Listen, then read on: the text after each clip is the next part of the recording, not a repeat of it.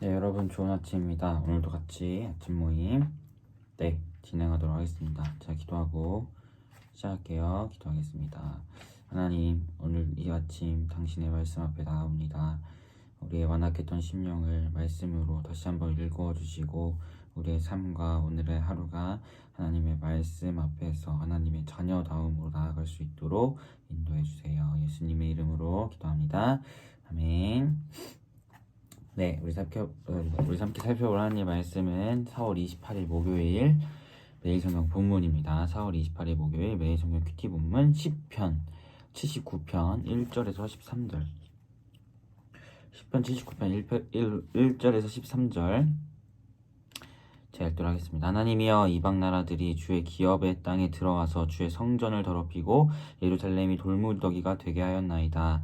그들이 주의 종들의 시체를 공중의 새에게 밥으로 주의 성도들의 육체를 땅의 짐승에게 주며 그들의 피를 예루살렘 사방에 물같이 흘렸으나 그들을 매장하는 자가 없었나이다. 우리는 우리의 이웃에게 비방거리가 되며 우리를 에워싼 자에게 조소와 조롱거리가 되었나이다. 여호와여, 어느 때까지이니까 영원히 노하시리이까? 주의 질투가 불붙듯 하시리이까? 주를 알지 아니하는 민족들과 주의 이름을 부르지 아니하는 나라들에게 주의 노를 쏟으소서. 그들이 야곱을 삼키고 그의 거처를 황폐하게 함이니이다. 우리 조상들의 죄악을 기억하지 마시고 주의 긍휼로 우리를 속히 영접하소서. 우리가 매우 가련하게 되었나이다. 우리의 구원의 하나님이 주의 이름의 영광스러운 행사가 우리를 도우시며 주의 이름을 증거하기 위하여 우리를 건지시며 우리 죄를 사하소서. 이방 나라들이 어찌하여 그들의 하나님이 어디 있느냐 말하나이까? 주의 종들이 피 흘림에 대한 복수를 우리의 목전에서 이방 나라에게 보여주소서. 갇힌 자의 탄식을 우리 주의 앞에 이르게 하시며 죽이기로 정해진 자도 주의 크신 능력을 따라 보존하게 하소서. 주여, 우리 이웃이 주를 비방한 그 비방을 그들의 품에 7배나 갚으소서. 우리는 주의 백성이요 주의 목장의 양이니 우리는 영원히 주께 감사하며 주의 영예를 대대에 전하리이다. 아멘. 우리 이 말씀 가지고 20분 동안 묵상하도록 하겠습니다.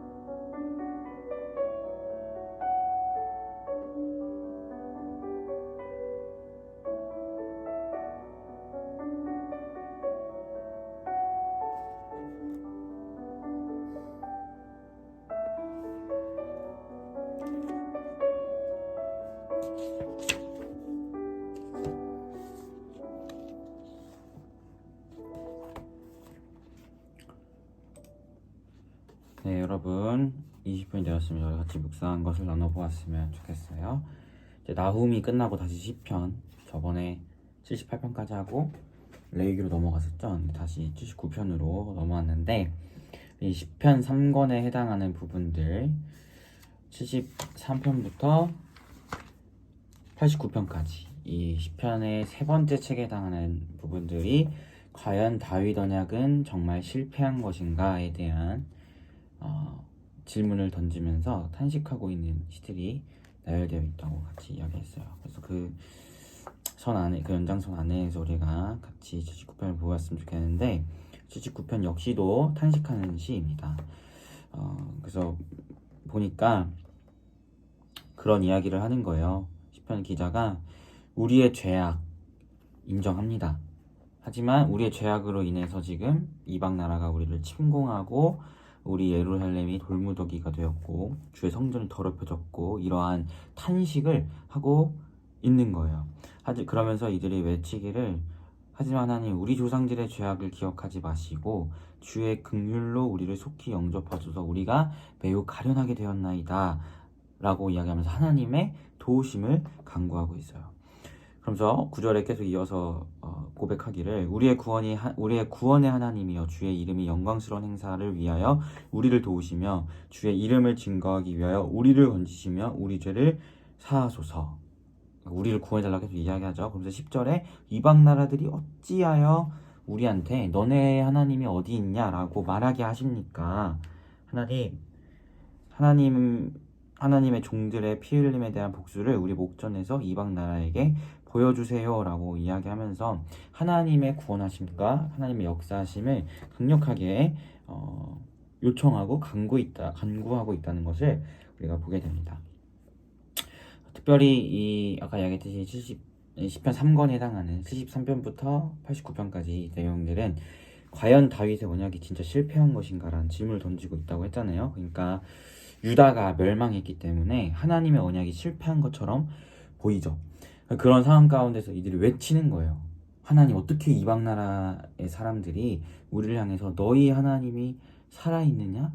너희 하나님은 도대체 어디 갔느냐? 라고 조롱하시는 것을 언제까지 보시려고 그러시는 것입니까?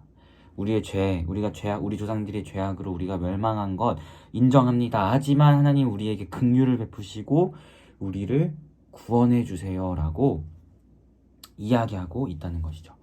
이들이 이렇게 이야기할 수 있는 그 근본적인 마음은 과연 어디 있었을까요? 저는 그렇게 생각해요. 이들이 이런 멸망당한 이 상황에도 이 주권이 하나님께 있다는 것을 저는 기억했기 때문에 하나님께 외쳤다라고 생각합니다. 만약에 이 시편 3권이 가지고 있는 73편부터 89편까지의 과연 다윗 언약이 정말 실패했는가라는 그런 질문을 던지면서 이 유다 사람들이 내린 결론이 하나님은 살아계시지 않구나. 정말 이방 나라 사람들이 외치는 것처럼 너희의 하나님이 어디 있느냐라고 외치는 그 같은 그들의 외침에 동의해서 하나님은 알고 보니 살아계신 분이 아니었구나 라는 그런 결론에 도달했다면 하나님께 이렇게 외치지 않았겠죠. 하지만 이들의 고백을 천천히 읽어보면 분명하게 우리가 멸망한 것도 우리의 죄악 때문이고 우리의 죄에 대한 하나님의 심판이었고 그렇기 때문에 우리를 구원하실 분도 하나님이시다라는 것을 분명히 인지하고 고백하고 있다는 것이 느껴지거든요. 그러니까 다윗 언약이 실패한 것 같아 보일지라도 하나님은 주권자시고 섭리하시고 하나님께서 구원해 주시면 다시 회복할 수 있다는 것을 이들이 확실히 알고 있다는 것을 우리가 시 가운데에서 보게 돼요. 그렇기 때문에 이들이 13절에 이렇게 고백할 수 있는 거죠. 우리는 주의 백성이요 주의 목장의 양이니 우리는 영원히 주께 감사하며 주의 영예를 대대에 전하리이다. 즉 우리를 구원하실 하나님은 살아계시고 비록 우리가 죄로 인하여서 잠시 유다가 멸망한 상태이지만 또 선지자들을 통한 약속의 메시지들이 있었고 회복이라는 약속의 메시지들이 있었고 우리 하나님은 살아계시고 하나님이 마음만 먹으시면 우리를 하나님의 때에 구원하실 것을 알기 때문에 그 하나님께 호소하고 그 하나님을 찬양하며 나아갈 수 있다는 것을 우리가 보게 된다는 거예요. 그래서 우리의 삶 가운데서도 이러한 때가 있을 수 있을 것 같아요. 과연 하나님의 언약이 과연 실패했는가라는 이 당시 사람들의 마음처럼 정말 하나님 살아계신 분이 나의 삶 가운데 이런 일이 있을 수 있지. 하나님 진짜 살아계신 건 맞나요? 어느 때까지입니까? 이러한 질문과 의문들이 우리 안에 충분히 들 수 있다고 생각해요. 하지만 우리가 분명히 기억했으면 좋겠는 것은 그 같은 우리의 마음이 들 수 있지만 그러한 우리의 질문 가운데 우리가 딱 잘라서 선포해야 할 고백은 하나님은 살아계시고 하나님이 역사하시면 이 같은 어려움들은 아무것도 아니라는 것 기억하면서 그 하나님께 부르짖음의 자세가 우리에게 필요하다. 그리고 그 우리를 구원하실 수 있는 능력의 하나님을 부르짖으며 나아갈 때에 우리의 고백은 결국엔 하나님 힘들어요, 하나님 어려워요 라고 하지만 결국에는 그 하나님의 주권과 하나님의 역사하심을 기억하며 고백할 때 13절처럼 나는 하나님의 백성이고 나는 하나님의 목장의 양이니 나는 영원히 주께 감사하며 주의 영예를 대대에 전하겠습니다 라고 고백할 수 있는 거예요. 왜냐하면 하나님은 살아계심을 내 영혼에게 선포하고 다시 한번 하나님께 나를 구원해 달라고 나를 도와달라고 부르짖고 그 가운데에서 나는 하나님의 백성이라는 것을 다시 한번 깨달으면서 우리가 하나님을 찬양하며 나아갈 수 있다는 것이죠. 그래서 우리 사랑하는 피플이 한 사람 한 사람의 삶 가운데에 어려움이 있을 수 있어요. 하나님의 크신 섭리 아래에서 또 우리가 직면하게 되는 많은 어려움들이 있을 수 있죠. 하지만 그 가운데 하나님이 우리를 버리셨다거나 하나님이 우리를 포기하셨다거나 그런 것이 아니라 잠시 하나님의 그런 우리에게 당면한 어려움 가운데에서 하나님의 어떤 뜻이 있으시기에 잠시 우리를 그런 상황 가운데 이렇게 처하는 것을 허락하신 것이고 분명하게 그 상황 가운데에서 우리를 성장시키시고 또 깨닫게 하시고 하나님을 붙들게 하시고 또 하나님께서 우리를 그 상황 가운데서 건지시게 하실 능력의 주님이라는 그러한 사실을 우리가 기억하면서 하나님께 간구하고 부르짖었으면 좋겠고 무엇보다 그 가운데에서 우리가 하나님의 백성이라는 사실을 주님은 우리의 목자가 되신다는 사실을 우리의 영혼이 기억하고 깨달으며 나아가는 우리 피플이가 되었으면 좋겠습니다. 네, 그래서 같이 기도하고 마무리했으면 좋겠는데 먼저 여러분이 묵상을 놓고 같이 기도해 주시고 함께 기도할 때 하나님의 살아계심을 기억하며 우리가 여러분의 삶의 어려움들을 읊조리며 그 가운데 하나님은 나의 하나님이시고 하나님의 자녀라는 사실을 다시 한번 상기하는 그런 시간 또 그런 기도를 주께 드리며 나아가도록 하겠습니다. 기도하겠습니다.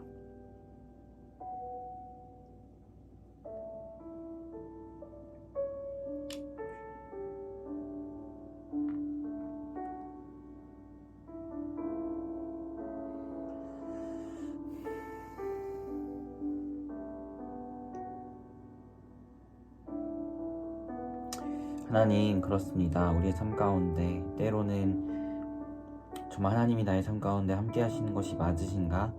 라는 생각이 들 순간들이 우리에게 있음을 고백합니다.